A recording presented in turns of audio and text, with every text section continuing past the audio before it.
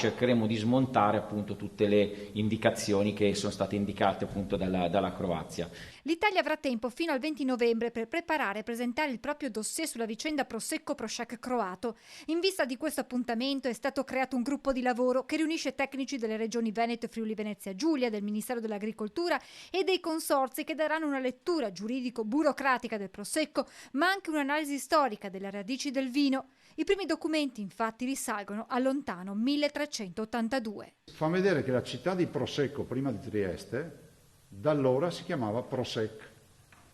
Quindi è la dimostrazione, la prova provata, che il toponimo che ha dato la riserva del nome al Prosecco nel 2009 è lo stesso toponimo che ci dice che si chiamava anche Prosec. Presente alla riunione anche il sottosegretario Centinaio, che ha spiegato come l'Italia voglia battersi per la tutela del Prosecco, ma anche delle altre 830 denominazioni protette. Nel momento in cui l'Europa accetta di iniziare un percorso anche giudiziale, Luca, penso, sulla questione Prosek, non rende merito al lavoro che viene fatto dai nostri territori. Una battaglia che, sottolinea il sottosegretario, non riguarda solo l'Italia, ma molti altri paesi europei e i loro prodotti tipici. Nel momento in cui si apre una questione di questo tipo, si apre una falla o si potrebbe aprire una falla a quello che è il sistema delle denominazioni. È una questione nazionale, spiega Centinaio, e per questo il presidente della Commissione Agricoltura al Senato, Vallardi, ha chiesto l'intervento del presidente del Consiglio Draghi. Il nostro Premier deve diventare un po' il nostro portavoce in Europa.